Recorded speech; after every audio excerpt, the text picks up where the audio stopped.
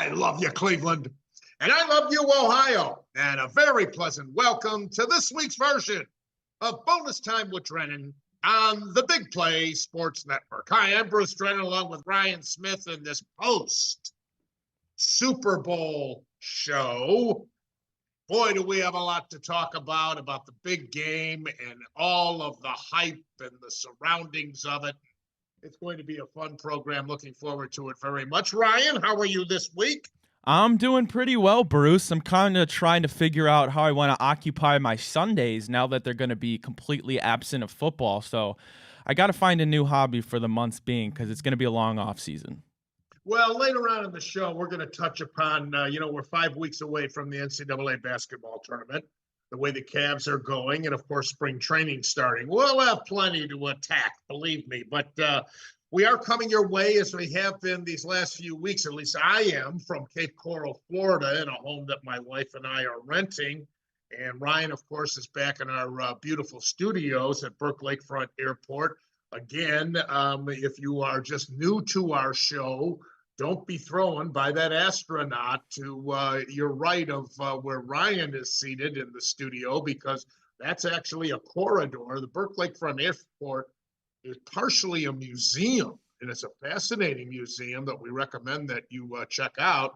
And our state-of-the-art studios for Big Play Sports Network are here in the Burke Lakefront museum portion of the airport. So that's a picture of an astronaut, and sometimes they have tours with people coming by, and they're absolutely mesmerized by Ryan, of course, and they have to stop and gawk at him.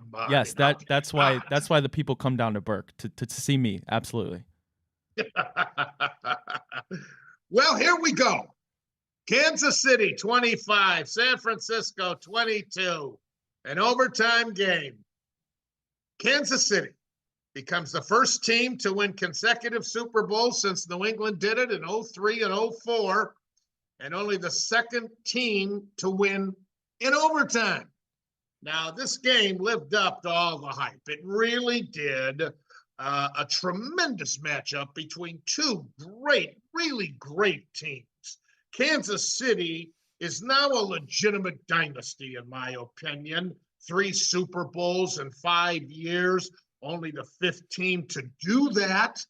MVP Patrick Mahomes legitimately should be in the conversation now as one of the greatest quarterbacks, with, of course, Tom Brady, Joe Montana, Terry Bradshaw, championship quarterbacks.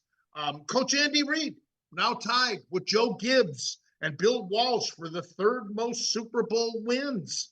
And only Chuck Noll and Bill Belichick have more. This was Mahomes' 3rd MVP, tying him with Brady, who has 5, Montana, who has 3, for the only 3 quarterbacks to do that. Mahomes is now 15-3 in playoffs in only 6 NFL seasons. And frustrating defeat for Kyle Shanahan at San Francisco. The Niners haven't won the crown now in 29 seasons. And especially because they won 5 in a 13-year span from 1982 to 1995. They lost all 3 trips to the Super Bowl since then, which was 2012, 2019 to Kansas City, and now this one to the Chiefs. Now, I hate to say it again, but our Cleveland Browns haven't even gotten to the Super Bowl since it became the championship, with the NFL and the AFL originally pitting up against one another, and then a couple of years right after the Kansas City win against Minnesota, which actually followed the New York Jets' victory over Baltimore, is when the leagues merged and it became the Super Bowl. We're one of only 4 franchises to have never gotten to the big game, along with Houston, Jacksonville, and Detroit. And, of course, Houston and Jacksonville are expansion teams. We had that hiatus when Modell fled Cleveland and went to Baltimore. But the fact that Kansas City accomplished this one, especially on the road for the first time, having to win games during this playoff process at Buffalo and at Baltimore, really commendable. Mahomes finished 34 of 46 for 333 yards, 2 touchdowns. He did have 1 interception. The Chiefs' 11-6 record during their regular season was their worst regular season mark since Mahomes took over at quarterback in Kansas. Travis Kelce had 9 catches for 93 yards, did not score a touchdown. Well, maybe had Reed kept them in the game after Kelce was yelling at him on the sideline. He may have. We don't know that. But getting back to the 49ers, they only have themselves to blame, in my opinion. And all off season, they're going to be haunted. They'll be haunted by their first 2 possessions in this game, with McCaffrey running splendidly, and then unfortunately fumbling to turn it over before they were able to score a touchdown. And I believe they would have taken it in to score a touchdown. And then that second possession, too. Penalties galore. Trent Williams, who's an all-pro tackle, called for a couple of very costly penalties. They feasibly could have been up 14-0. And I'll let you jump in at this point, Ryan, before I continue. I really thought that when you look at the overall picture of this game, that was a key. It feasibly could have been 14-0. At worst, 10-0 San Francisco. Instead, they had nothing to show for it.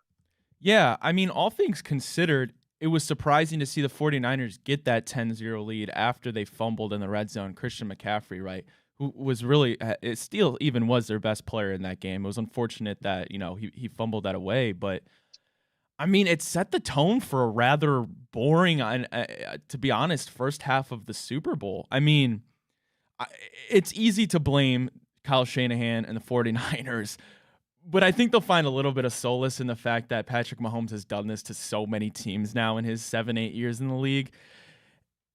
I wonder, Bruce, I want to ask you this. Do you think that it's a good thing or a bad thing to have repeat Super Bowl champions? Because you can make the argument it takes away from the parity of the game. But then again, I mean, when you have dynasties, it just shows that it might be good for football, right? You have another GOAT potentially in Patrick Mahomes and a dynasty in Andy Reid. And especially now with this Taylor Swift stuff, I mean, you add that to the equation. In your opinion, do you think it's bad for the game or good for the game to see kind of a new birth of a dynasty in the Kansas City Chiefs? I don't really have an opinion, but let me answer your question by giving you 2 different philosophies and scenarios. In Major League Baseball, we're never going to get a salary cap because Major League Baseball wants the Yankees to remain a dynasty. They want the major market teams like Boston and Philadelphia and Los Angeles to continue to be in the playoffs. And it's all about money. Let's face it. It's because of the sponsorship revenue that they get. So that's one side of the coin. But now let's look at the National Hockey League. They blew away an entire season so they could get economic and financial sense to their culture. And they did so by putting a ceiling and a basement into their salary structure. So you could feasibly say that in Major League Baseball, okay, there's, 7, maybe 10, 11 teams to start the season that could feasibly wind up winning the World Series. In the NFL, you've got, 6, 7, 8 of them, I would say, legitimately, that could win the Super Bowl. In the National Hockey League, you've got as many as 20 before you start the season. Just take a look since they did this in the NHL. So I would answer your question in that regard. I don't have a problem with it in the NFL. I do in baseball, because we're at such a disadvantage in the Cleveland market, the Cincinnati market, the Kansas City market, the Milwaukee market, et cetera, because we're just financially and economically not able to compete with those gigantic markets. Let me continue by saying that the Niners impressed the heck out of me with their preparation because they were winning the battle of the trenches in this game in the first half on both sides of the ball, I might add. Also, that muffed punt allowed Kansas City to get back in the game. Now, the kickers on both teams were tremendous. They both had record field goals in this game. Think of that. And unlike other Kansas City championship teams, their defense can be credited big time. Mahomes or no Mahomes, if it wasn't for that defense time and time again thwarting the 49ers, and for that matter against their opponents practically all season long, they wouldn't have won this year. It was their defense, Ryan, that really stepped up as opposed to some of their other championship teams and contending teams. Yeah, I mean, Bruce, just go back to what Mark Lawrence said. I mean, for the past 2 weeks now leading up to the Super Bowl, right? He mentioned that kind of crazy to think about stat that when the number 1 and number 2 defense in a championship round in points allowed per game go against each other, the winner of that game was 5-5 in the Super Bowl, and now it's 6-6. I mean, the Kansas City's defense all year, but especially in the playoffs, right? I mean, they were facing teams that were averaging 25 plus points a game, and they were holding them to, I think, like 15 points a game, a 10-point differential, almost double. I mean, that's crazy. And you saw guys make plays. I mean, Chris Jones made plays. Trent McDuffie made plays. L'Jarius Sneed was pretty good. I mean, Trent McDuffie was running Brandon Ayuk's routes for him. I mean, it was unreal. Kansas City's defense, as good as Patrick Mahomes was, you're right, Bruce, they won him the game because that second half, they were totally shut down, and Brock Purdy really could do nothing, and Kyle Shanahan couldn't really even make adjustments or anything because they were that dominant. And as, like I said, as good as Pat was and as good as he played in that game, for the MVP trophy, I mean, I know you can't do this, but I would have just given it to the whole defense. Yeah. Yeah. Now, we all know that Kyle Shanahan is really being second guessed and taking the heat for winning the coin toss and choosing to take the ball because of the new overtime rules in the NFL. But, you know, I've given this a lot of thought, and he is really getting criticized. I really can't take issue with him on this because yeah, there's the thought, well, if you win the coin toss, defer, and then because regardless if they score a touchdown or a field goal, you know then in your possession, since you're going to definitely get a second possession, even if the receiving team gets a touchdown, unlike the old rule, that you know what you have to do. I understand that. But then again, it was on the San Francisco defense. They were not able to stop Mahomes or at least force a field goal attempt. So I don't know that it can. And then again, Shanahan's philosophy was if we can tie them, if they tie us, in this case, they got a field goal instead of the touchdown. And if Kansas City comes down and ties it with the field goal, then it becomes a sudden death game. And San Francisco gets the possession next. So I know he's really taking the heat, but I'm not so sure that it's warranted. It's easy for us in the media to second guess. But then again, I'm curious what your viewpoint is on this. I think it's kind of unfair to really bombast Shanahan like so many of our colleagues around the country are doing.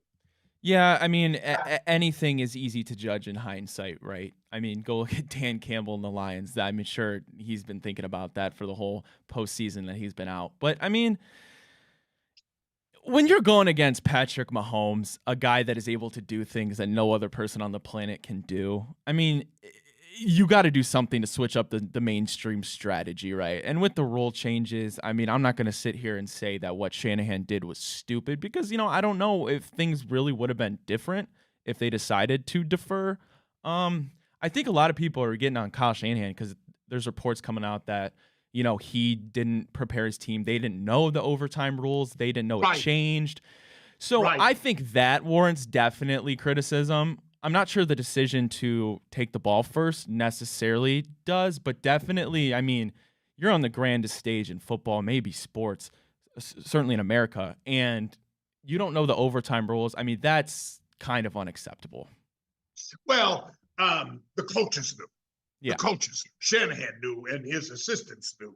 But I do find it curious that it's been revealed now since the conclusion of the game that the players didn't. But it goes along with what I've always believed, firsthand knowledge, because I have an officiating background going back to my college days, is how little the players know about the rules. I mean, they don't have a clue, right? And a lot of coaches don't either. I mean, if you were to take the average fan who criticizes the officials every time there's some doubt of a call for their home team, right away the officials are idiots. If those same fans went to a rules interpretation meeting that the officials have to attend constantly, they'd be lost. They'd be with their mouths open. Huh? What? Are they speaking English or is that Russian or Japanese? I mean, they wouldn't have a clue. But in this case, it's a very interesting second guess to look forward to the future if this happens again. But I know that Shanahan's taking the heat. But Shanahan, in my mind, really prepared the Niners as well as could have been expected. The way McCaffrey was running from the get-go against that Kansas City defense, which we've already lauded, and the way the San Francisco defense was curtailing the high-powered Kansas City offense in the first half was so commendable. So there's that. Turnovers and penalties really hurt San Francisco. How about that trick play, though, that Shanahan called with McCaffrey scoring the touchdown after receiving the lateral? That was a great call, a great, exciting play. I'll tell you what, this McCaffrey is one heck of a football player. Yeah, I mean, it's always hard unless you're a Mahomes or a Brady, right, to sit there and say, does this guy deserve to go into the Hall of Fame? And Christian McCaffrey might not have the longevity yet. He doesn't have the rings. But in the same aspect of Mahomes and them, he's doing stuff that we might have seen before, but maybe once or twice. Just his athletic prowess is one thing. His football IQ is up there with the best.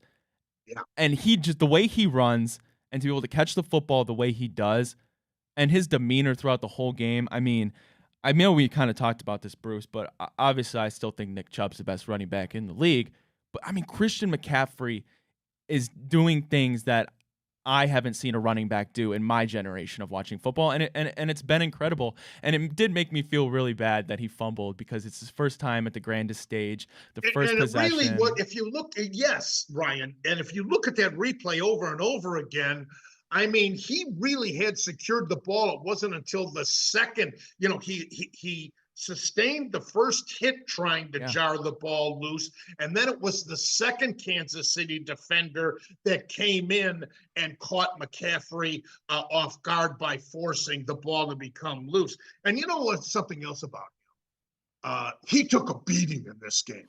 And he just snaps right back up to his feet and does it again on the very next play. I think he would have won the MVP had San Francisco won the game. You agree with that? 1,000% right, Bruce. Going into the game, I was like, okay, if San Francisco goes ahead and wins the Super Bowl, it's obviously either going to be Brock Purdy or Christian McCaffrey, right? Because you flip it over to the Chiefs, you knew damn well unless somebody made a game-winning play or somebody just had a Super Bowl record, it was going to be Patrick Mahomes to win the MVP. But really for the 49ers, I was split. I said if they win, it's going to be Brock Purdy, Christian McCaffrey. And I really thought, I was leaning more towards Christian McCaffrey. And Bruce, you're 1,000% right. If San Francisco went on and held that game, Christian McCaffrey, hands down, would have been the MVP.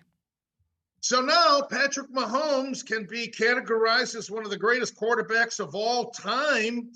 This was Mahomes' fourth Super Bowl appearance in only 6 seasons. He's now 3-1. Tom Brady wound up his career at 7-3. Brady had 35 postseason wins, and Mahomes now has 15. Brady led New England to 11 consecutive divisional titles. Mahomes has led Kansas City to the last 6 divisional crowns. And Mahomes' 3 Super Bowl rings, that ties him with Troy Aikman of Dallas, and it puts him only 1 behind Joe Montana and Terry Bradshaw, who won 4. Brady, of course, has 7. But the back-to-back winners, now Mahomes becomes a back-to-back Super Bowl champion. This ties in with what Ryan was asking earlier about dynasties. To refresh your memory, the first 2 Super Bowls were won by the Green Bay Packers of Vince Lombardi, and Bart Starr was a back-to-back MVP. Then in Miami, Bob Greasy in 72 and 73, with one of those teams being the only undefeated team ever in NFL history. Pittsburgh did it twice with Terry Bradshaw, 74, 75, and then back-to-back crowns in 78 and 79. San Francisco with Joe Montana, 88 and 89. Dallas in 92 and 93 with Troy Aikman. Denver with John Elway, 97, 98. Tom Brady in 03 and 04 with New England. And now Mahomes has led Kansas City to 2 back-to-back Super Bowl championships. And certainly dynasty is legitimately used now to categorize the Kansas City franchise and Mahomes as a superstar among the greatest of all time. But let's talk about Brock Purdy a moment. He becomes the 3rd youngest quarterback to start a Super Bowl. And this, I thought, was a great performance by Purdy, considering, for all intents and purposes, he's still a rookie. This was his 2nd year. It's miraculous what he did last year with San Fran, leading them to the championship game, only to get hurt so early against Philadelphia. And I still will say that had he not, I believe they would have won that game and would have played Kansas City a year ago. But here he came back, as he did against Green Bay, as he did against Detroit. I thought he played a great game against Kansas City, but somebody had to win and somebody had to lose. I mean, this Purdy, what a story. Last player chosen in the draft a couple of years ago, Ryan. Unbelievable.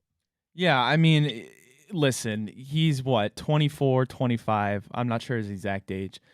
Really, like you said, I mean, yeah, it's not technically his rookie year, it's a sophomore, but basically you could look at it as his first full-time year as a starter. You're on the biggest stage, the Super Bowl, and you're playing against now a guy that we're talking and putting in a conversation with Tom Brady and Patrick Mahomes.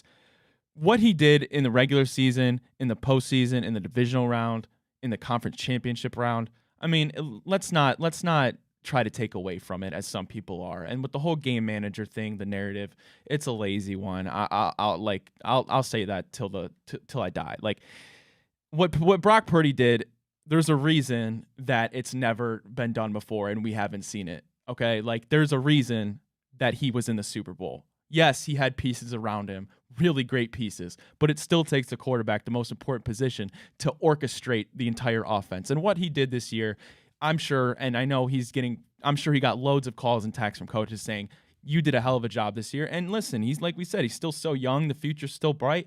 And San Francisco's not going to have that many moving pieces next year. So we could be sitting here in a year from now, Bruce, talking about how Brock Purdy got his first ring, you know? So anything can happen, but kudos to him and the 49ers, even though they did come up on the short end of the stick.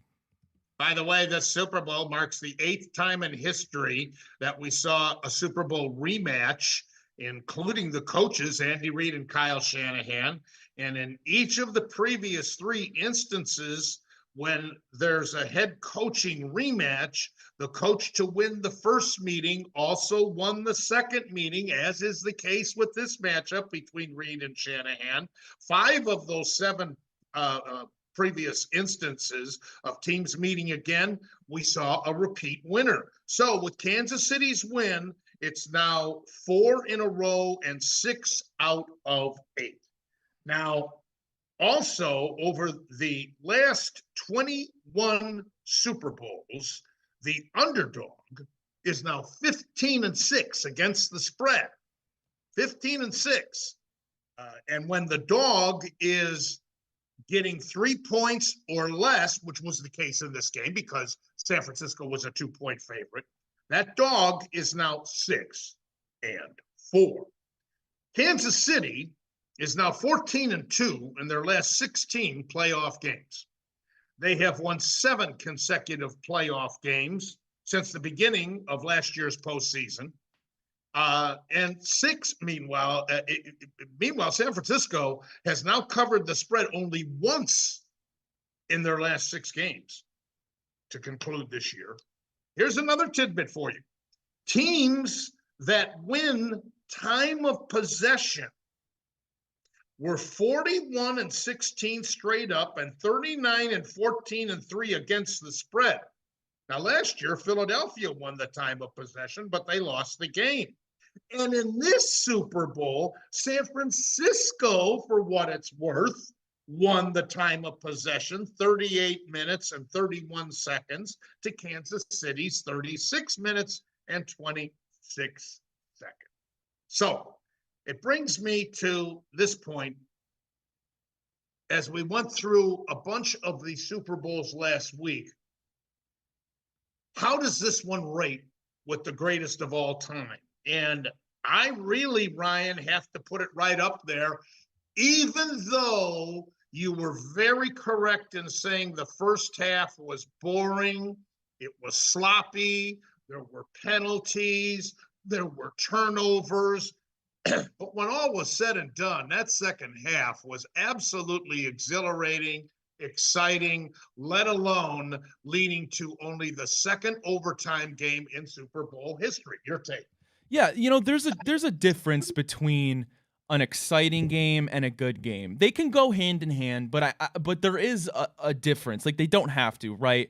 And what I mean by that is, yeah, the first half wasn't necessarily exciting. You had the turnovers, you had the sloppy play, you didn't have the sticks moving that often, but it was still a good first half of football in the sense that both teams were playing their asses off, competing, going head and head once another, and it truly looked like, yeah, no kidding, that these two teams are in the Super Bowl and they're competing because they were the best teams in the division.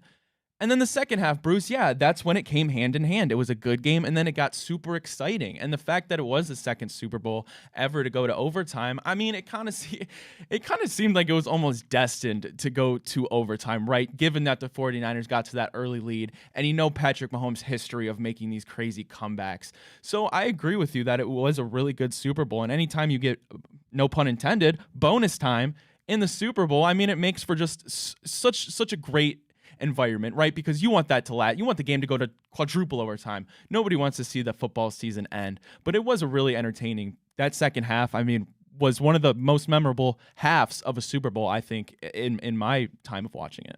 And the entire overtime. I mean, there were only a couple seconds left, whatever it was, when Mahomes threw that touchdown pass to win the game. What did you make? I didn't think it was a good look for Kelsey at all. Going off on Reed the way he did. And I thought Reed was tremendously classy after the game and handling it the fashion in which he did. Kelsey came off like an idiot with the screaming Viva Las Vegas with Jim Nantz on the podium and that. But what's your take on that? I'm glad you brought that up, Bruce, because if you didn't, I was going to ask you for your thoughts. And I'm excited if you want to elaborate more. But yeah, look, I mean, obviously, in the Super Bowl, you're going to get a ton of emotion coming out. And it might even be different if it was a player and a player. And as good as Travis Kelce is, right, you don't do that to your coach. You straight up do not do that. I don't care. Yeah, like Travis Kelce has become this kind of poster child of the NFL with Taylor Swift and everything going on. And he's obviously one of their best players on that team. I thought it was a absolutely horrible look. And for those people that come back and say, oh, the game's getting soft, relax, it's not that big of a deal. I mean, guys, it is. Like, obviously Andy Reid brushed it off because he doesn't want to make a thing of it. But come on, like, physically doing that to your coach, like, I thought it was a horrible look. And Bruce, I think you can agree with this. If the 49ers went ahead and won the Super Bowl, we'd be looking at that story in a whole different light. Great point. Great point. Absolutely correct. Well, did Taylor Swift have a part in the fact that this was the highest rated Super Bowl of all time. In TV history, this was the most watched program of all time. 123.4 million people. Last year was 115.1 million. Yeah, Your Bruce. take on that? Yeah, that's a 7% increase, right? And when you look at the bare number, 7%, sure, it doesn't seem like a lot, but just from one year to the next, that is a big bump up in the viewers that are watching the Super Bowl. And absolutely, I mean, how could you not factor in Taylor Swift? I think without Taylor Swift, sure, it might have still been the most watched Super Bowl just because, you know, every year the NFL is expanding and you're getting more eyes. But that 7% increase, that massive jump, I think you got to attribute at least some of that to Taylor Swift. But it's not only the Super Bowl, Ryan, it's the most watched television program in TV history. Yeah, I mean, like, Bruce, I mean, I saw this really cool video, Bruce. It was so 2022 is a father and a son watching Kansas City when they beat the Philadelphia Eagles in the Super Bowl. And, you know, it was those two celebrating and they were really happy. But then they did it again. They took the same video basically, but it was this year's Super Bowl. And not only was it the father and son watching, but it was the father, son, the mother, their daughters, their neighbors, the wives. I mean, it encapsulated everything that Taylor Swift has done for the NFL in the sense that they're bringing now a whole new demographic into the sport. Yeah. And whether people want to complain about it, at the end of the day, it's great for football. We're going to continue next with the look at all the commercials and some of the hype surrounding the Super Bowl. Do you like it? Do you dislike it? What's your take on it? As we continue with Bonus Time with Drennan here on the Big Play Sports Network. Now here is the risk that Browns had to take with Great to have you back with us here as we are taping Bonus Time with Drennan. Bruce Drennan, Ryan Smith. We're actually taping on St. Valentine's Day, so I thought I'd wear red, Ryan, just to get in the mood, if you will. But indeed, we're recapping the Super Bowl, and now we get to, by the way, there was a survey done of Browns fans on who they were cheering for. 62% were cheering for San Francisco, 38% for Kansas City. I'm one of them. I was cheering for Frisco, but I did predict Kansas City would win the game. And so for what it's worth, throw that out at you. Now, what do you think of all the hype? The network hit the air with their official coverage at 2 p.m. Eastern time, although NFL Films was preceding that with programming, and I actually believe it started around noon. ESPN was doing their own thing, but CBS had the rights this year, and all the hype. And I'll tell you what, I'll convey this to you personally. My wife and I jumped in the car, and we went, we're down here in Cape Coral, Florida, and we took a drive to the water and just checked out the beauty of the ocean, and heck with it. I couldn't sit and watch all that ridiculous hype, and I'm sorry, but this goes back to an unofficial holiday as this has become. And Ryan, you touched upon it at the end of our last segment when you said, the video of the father, son, and now you've got the mother, the grandmother, the nieces and nephews, etc. Yeah, I mean, yeah, it's. I mean, football really is taking over the world. It seems like. I mean, everywhere I go, listen, I'm not complaining because obviously I love it so much. China might disagree, but go ahead. Yeah, yeah. No, you're kidding. You're right. They would. But at the end of the day, it's cool. Like, I don't know if you saw, like, I think it was what they said, like a minute total it was Taylor Swift during the Super Bowl. Might even have been a little bit less than that. But like, I mean, really, like, do you, like, for people that complain about it, it just seems like they're just looking for something to complain about. I mean, my theory, Bruce, is that the only reason that it's that big of a deal is because she just happens to be dating a player on a dynasty, right? Like, if she was dating somebody on the Browns or the Lions, like, nobody cares to see. They want to see those teams win. They're sick of the Chiefs winning, and now you mix that within that these Taylor Swift fans in their first year of football, they get a Super Bowl. It's like, give me a break, man. We've been sitting here for how long, just waiting to even get to that stage, and now in their first year of watching, they get to see the Lombardi Trophy with Taylor Swift. And it's become a political issue. Yes. This being an election year, the Democrats are begging Swift, Kelsey, who's a liberal, to come out and endorse Biden. Yeah. There's a ton of conspiracy theories about that. And Trump, on the other hand, is saying that Swift should appreciate, because of when he was president, what he did to make it feasible that she could actually make more money. Yeah. So you have the politics coming into it, which is wild. What did you think? Now, my wife, and again, when this occurred, when the halftime finally arrived, I, did not watch Usher and the whole thing. I watched the analysts give their 2 cents worth about the first half of the game. And then I broke away and went outside on the lanai here. My wife was absolutely mesmerized by the Usher performance and said that it was off the charts fantastic. Any take on that? It's hard for me to judge the halftime show because I'm not necessarily an Usher fan. I didn't really know many. I really probably only know 1 or 2 of the songs he performed. So it's hard for me to gauge if it was a great performance or not. But a lot of people do say that it was really good. Like, you obviously have your people that weren't fans of it. But, Alicia Keys, it was cool to see her. She did really good. She looked really good. It was cool to see Ludacris and Lil Jon. That was cool. It seemed to me, Bruce, though, it almost seemed like, and maybe I'm totally mistaken on this, it seemed like compared to last year's Rihanna, the production was way more, I guess, high, for a lack of better words. It seemed like they put a lot more effort in that than in comparison to this year to Usher.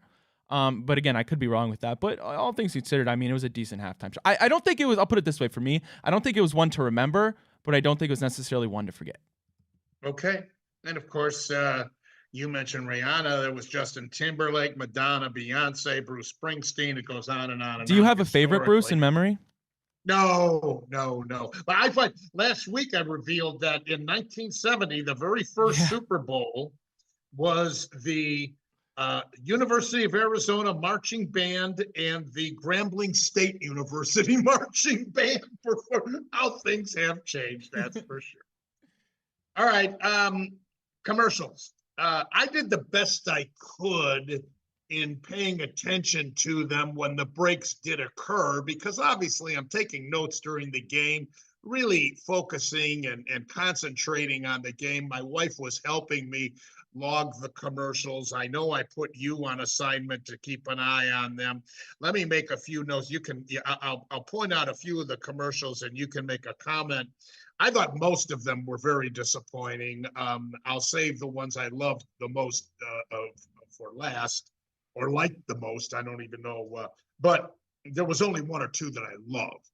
But the M&M commercial, no way. Dove soap, no way. I didn't like the washing of the feet. I did not think that was appropriate for the Super Bowl. I totally agree with you on that, Bruce. The Mountain Dew, I didn't like at all. The Kawasaki, I did not like at all. Popeye chicken, absolutely not. There were quite a few of the app, was it ADT or app.com with Jeff Goldblum? And they're the same thing over and over again. But let's see, another one that I thought, the Darth Vader thing left me. I wasn't enthralled by it. Now, let me point out a few that did stick my attention. NFL, the Sunday Ticket, I believe they were tying that in with YouTube, where the players were dressed in uniforms. Did you see that one, Ryan, with the Ravens? They were actually birds. They were using special effects to fly. The Eagles were involved in the Ravens, and all of the NFL teams that have nicknames of birds. I thought that was really clever. Yeah, I thought it was creative. It really didn't surprise me though with the NFL them being a creative one. That was definitely one of the better ones. But I totally mimic your sentiment that the commercials were overall pretty disappointing, and it seems like they're just really getting worse and worse. Like obviously every year there's still some gems, but yeah, I'm totally there with you, Bruce. That they're just getting. I don't know if it's just less creativity, less execution, but something's not working for them. Now, Tom Brady was in two commercials. One of them was, it might have been actually right before the kickoff, the gambling spot. And I thought that was pretty good. But the other one that he was in was the one that most people are saying was, oh, wasn't that funny? I thought it was sophomoric and stupid with Ben Affleck and Matt Damon and J-Lo at the end saying, Tom, you can stay. Give me a break. I hated that one. Most people are saying, boy, what a lot good. Not me. I liked the Brady one about the gambling. I didn't like the other one. Yeah, the Dun Kings one, I think, is what it was called. It was it was definitely a public grab, right? Getting all those faces in there with Tom Brady. And Dunkin' Donuts they've been pretty busy in the advertising world, it seems like lately. I would say I enjoyed the State Farm one was a good try with Arnold Schwarzenegger. It was I thought that was let me stop you there. Yeah. That was my favorite. Okay, yeah. I thought that was tremendous. The neighbor because State Farm is there. And he's going neighbor. That was hilarious. Yeah. And then with the woman pregnant, Leba. Yeah, Leba. I just, and then Danny DeVito, who Yeah, did that he came out of nowhere. Yeah. Came out of nowhere at the very end. That was my favorite one. I thought that was hilarious and really clever. And leave it to Schwarzenegger to be part of it. I also like the one with Messi, the great soccer player. I thought the musical application was very good in that one. And a lot of people don't even, a lot of you wouldn't even know who Perry Como is, but that was that chocolates, the Lindor chocolates commercial. And I thought that was well done. What was the other one?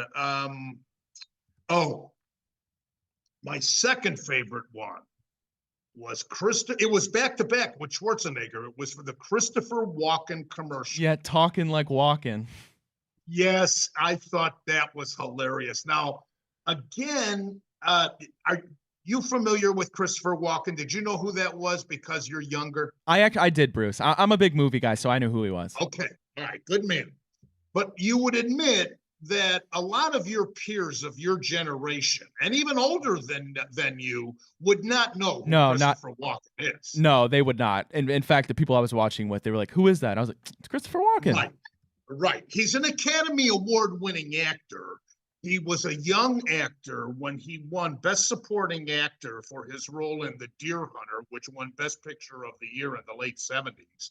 And he was absolutely off the charts phenomenal. That was Robert De Niro, Meryl Streep, George D'Annunzio, John Cazale, who was in The Godfathers as Fredo. A fabulous movie. And that launched Walken's career. He did Catch Me If You Can with Leonardo DiCaprio most recent years. He's a great actor, great talent.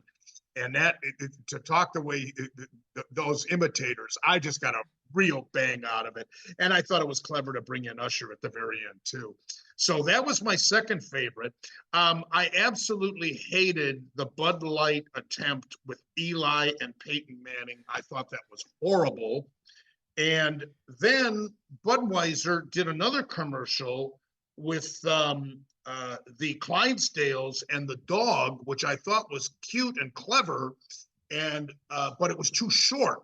And they're obviously in damage control because they lost billions and billions of dollars when they forced this Melvani character, the trans person, on their cans of Bud Light.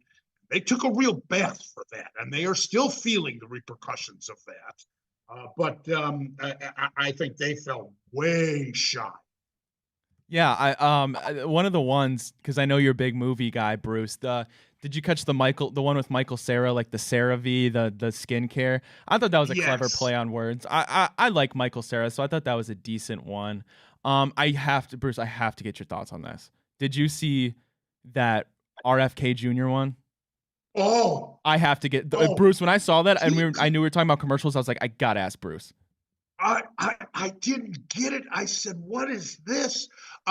He is actually, since that aired during the telecast, he's apologized. Yeah, I saw that. So now, what does that tell you? That he didn't know it was going to be? How could he Right. not know that was going to be on? Right. That's what my whole thing. I'm like, what it was so it was like a fever dream. It felt like I was in Soviet Russia. Like, And I don't know how his family, one of the most famous families, certainly in this country, maybe the world, yeah. felt about that, because they were using the ads from JFK. Yeah. When JFK was running for president against Nixon. That was way back in 1960. You could see it was all in black and white. Yeah, I just thought it was in bad taste, and so did he, because he was apologizing for it afterward. I thought the T-Mobile with the musical it was pretty good, but and I don't know, any other thoughts on some of these spots? That was about as much as I have had. Yeah, I was a little bit confused, and I know this is a pretty popular opinion. There were so many Temu ads, and I wasn't aware of what Temu even was, to be honest, before this. And to be honest, I'm still not quite sure what it was, but I it had to have been the most run commercial. I think I saw it like 5 times, Bruce. Yeah. And isn't it funny? The very first year when Green Bay defeated the Kansas City Chiefs in the very first Super Bowl, a 30-second spot cost $37,000 and some dollars. Now a 30-second spot is $2.5 million. That's yeah, it's insane. How things have changed. Well, we're going to come back for our third and final segment here in a moment. Bonus time with Drennan. We have a potpourri of items to touch upon. And also, as we move on from the Super Bowl to the offseason for the NFL, if you will, Bruce Drennan, Ryan Smith, Big Play Sports Network. Now here is the risk round head take with All right, great to have you with us. Bonus time with Drennan, Big Play Sports Network. Got some tweets, I understand. Ryan, what's up this week? Yeah, we do. All right, we can get it kicked off. Another one from Andy. I know you liked his one last week. He said, at this point in time, Bruce, do you think it's safe to say that there's more parity in the NBA than there is in the NFL? You know, the NBA's come a long way. I used the example earlier in the show today about the NHL, 20-some teams. You don't know any of them could win the Stanley Cup championship, where in baseball you got, 8 to 11, NFL maybe 6, 7, or 8. But the NBA, it used to be 1 or 2. Now that's not the case any longer. So that's a good point Andy makes. There is a lot more parity, especially when you look at the West. The West is wide open this year, and not so much the East because of Boston, but when you look at our second-seeded Cavaliers and the teams that are trying to catch us, Milwaukee, Philadelphia, New York, so I do think there's a lot more parity in the NBA than was the case just a few years ago. Yeah, I totally agree, Bruce. This one from Matt. I think we have two Guardians ones. One Indians Guardians player, in your opinion, in history that you think deserves more credit / recognition. And I'm going to tell you this, Bruce. You're not allowed to do Jose Ramirez because I know you've already said that before. Yeah, and that's first and foremost who came to my mind. No question about it. Deserves more recognition. Well, I've prepared a little bit on Corey Kluber. I think Bieber too, but I'll use Corey Kluber, and I'll jump ahead. I was going to do this a little later in this last segment, but let me do it now. Maybe it's Corey Kluber because he's a 2-time Cy Young Award winner in 2014 and 2017. He's a 3-time All-Star, 2016, 17, and 18. He had 1,461 strikeouts. He just announced his retirement, is why I'm doing this. 27.7% strikeout rate. He ranked second in franchise history for right-handers with at least 100 appearances.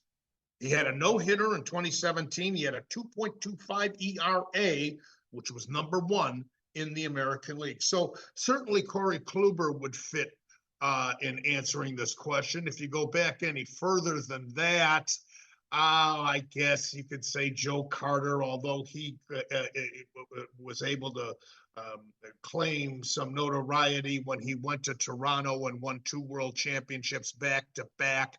He was a great player. Obviously, Rocky Colavito, going decades back, was a very notable player. So many of them. I mean, when you go into ancient baseball history, Lou Boudreau, the player manager in 1948, one of the greatest. Bob Feller. You know, Bob I interviewed many times when he was alive, and I loved Bob. I respected Bob tremendously. He never refused me an interview, but he was a bitter man because of the money that these guys are making today. And he arguably is in the category of one of the greatest starting pitchers of all time, and made peanuts compared to these guys today. And he was quite bitter about that. All right, Bruce, you had 2 more Guardians ones. We'll wrap it up with the tweets. Somebody asked, what do you think are fair expectations for Stephen Vogt's first season as the Guardians' new manager, given that he's replacing a legend? It better be pretty high, because I still categorize it as the weakest division in baseball. You can make an argument the National League Central is nothing to brag about either, but it definitely Minnesota, I think, was weakened by the loss of Sonny Gray and Kenta Maeda.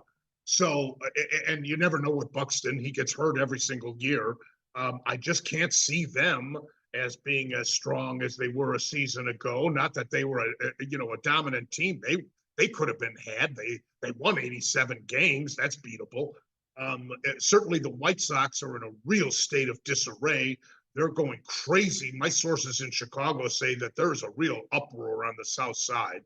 There's even talk that the White Sox may move away from the South Side and go to the site, which is now Soldier Field, where the Bears play, because the Bears have purchased property in a northwest suburb called Arlington Heights. There used to be a nationwide known racetrack there, Thoroughbreds. And that property has been purchased by the Bears. So there's talk that the Bears would move out there, and the White Sox would then build a stadium where Soldier Field is now, which is right on the lake, just south of the Loop, which is the downtown area. And let me turn this off. Pardon me for that. But indeed, I think that the Guardians are in a real good position.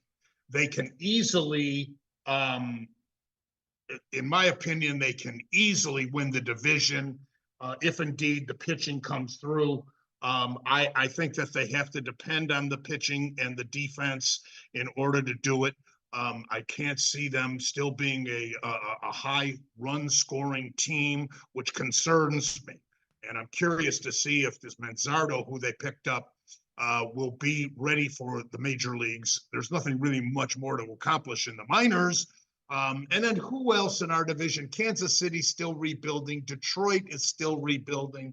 So I think even though Vogt will have to learn the ropes, I think by process of elimination, the Guardians could win the division. And once you get into the playoffs, anything can happen. Yeah, very true. And then last one, staying with the Guardians, Bruce. You go back to that 2016 World Series, that famous rain delay for the then Indians, I should say. And Bruce, like this person, a lot of people kind of think that rain delay, if you take that out, the Indians at the time might have won that World Series. Do you buy any of that?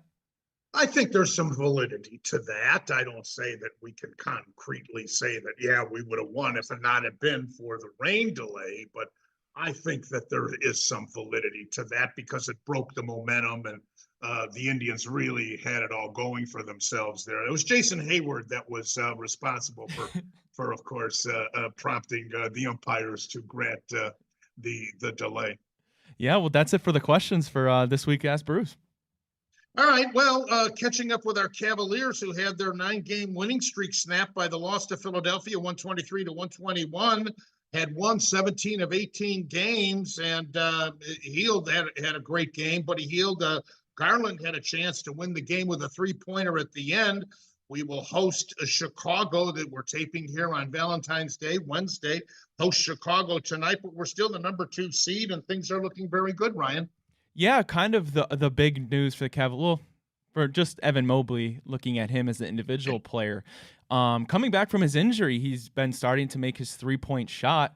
And, that was kind of his knock on him thus far in his career, is that offensive development to be that kind of new generation of big man that stretches the floor. And then Donovan Mitchell is just continuing to make a case, honestly, for MVP. Now, that's a far stretch in reality, but he's really making it. And then Bruce, this weekend, we're going to see Donovan Mitchell in the 3-point contest. So that'll be really interesting. I think Kyrie was obviously the last Cavalier to participate in that. But yeah, Bruce, I want to ask you too, because we're heading into All-Star Weekend by the time, we have our next show. Do you have a favorite event? I mean, the slam dunk contest has just gotten so kind of drug out. And I don't know, maybe it's because we're running out of dunks, but what are your thoughts on that? Well, I think all of the All-Star games in every sport have become so hokey, so hokey.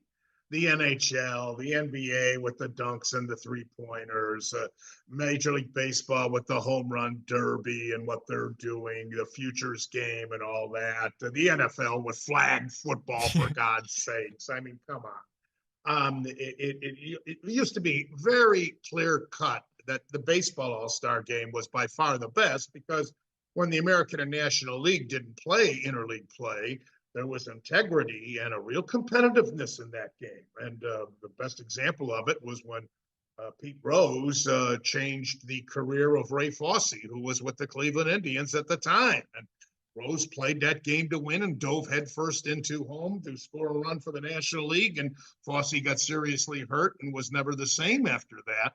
So I don't put much stock in. Let me also say that next week on our show, Gene Winters, my former producer, a lot of you who have followed my career know Gene. He was my producer for years when I did the television show on Sports Time Ohio, and then we were bought by Fox, and we were bought by Sinclair, which is now Bally's. And Gene was my producer for the very vast majority of the 15 years that I did that show on the network. He'll be joining us next week because he is, for these last few years, been the graphic designer for the statistics that you see on every Cavaliers telecast on Bally Sports. And Gene is a sports expert. And obviously, he's been working. His favorite sport is baseball, but he works the Cavaliers. So I want to have him on the show to really get in-depth NBA coverage next week on our program. Shifting gears, the NCAA basketball tournament is only 5 weeks away, and the defending champion UConn Huskies are poised to repeat 22-2, won 12 games in a row. And the questions remain as we approach the tournament. Will Purdue finally break the long drought for the Big Ten? Will Bill Self in Kansas win yet another title?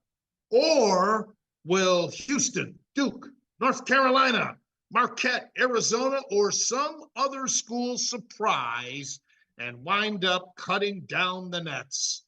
We'll concentrate more on college basketball now that the NFL season is over. Speaking of college, how about Chip Kelly becoming the new offensive coordinator at Ohio State and leaving UCLA? That story caught me off guard, especially because Ryan Day's like to call the plays himself, Ryan. Yeah, I mean, Bill O'Brien was a Buckeye for what? A week maybe at most. I mean, yeah, that was kind of crazy, right? Now he's going to Boston College, and then you get another big name who's proven in Chip Kelly. I mean, as they should, and Ryan Day has to. You put all the chips in because damn well if you lose to Michigan. I know the playoffs expanded this year, so there's some more leeway for that. But it's he knows damn well more than anybody that his ass is on the hot seat. That's for sure. So they're going all in, and they've had one hell of an offseason, Bruce. I'd argue probably the best in the country, and it's gonna have to translate next year, but A lot of those rooms, they're probably, I think they're saying the most competitive, those position rooms, especially the quarterback, that the Buckeyes have really had in the past decade, maybe. The 2024 Genesis Invitational will start tomorrow at Riviera Country Club at the Pacific Palisades, and the ratings are expected to be great because superstar Tiger Woods will be making his 2024 debut. The 48-year-old is planning on playing in more tournaments this year. This may be the first of 6 regular tour stops that Woods is planning on playing, and plus the 4 majors. We'll see how his surgically repaired ankle will hold up, but I think that's good news for all golfing fans. And of course, spring training in baseball, all the trucks have arrived here in the Cape Coral, Fort Myers. There's 2 teams that train in Fort Myers. One is Minnesota and the other one's Boston. And I find it interesting, Ryan, that the television coverage is all Boston. They hardly mention the Minnesota Twins, who also train here in Fort Myers. So I don't know what that tells you. But interesting as spring training gets underway, and we will be diving into that coverage with our Guardians, of course, down in the desert in Goodyear. That's all the time we have for this version of Bonus Time with Drennan here on the Big Play Sports Network. You have a great week. We'll see you next week. And until then, on behalf of Ryan Smith, I'm Bruce Drennan. Until then, as always, and most importantly, you remember, I love you, Ohio.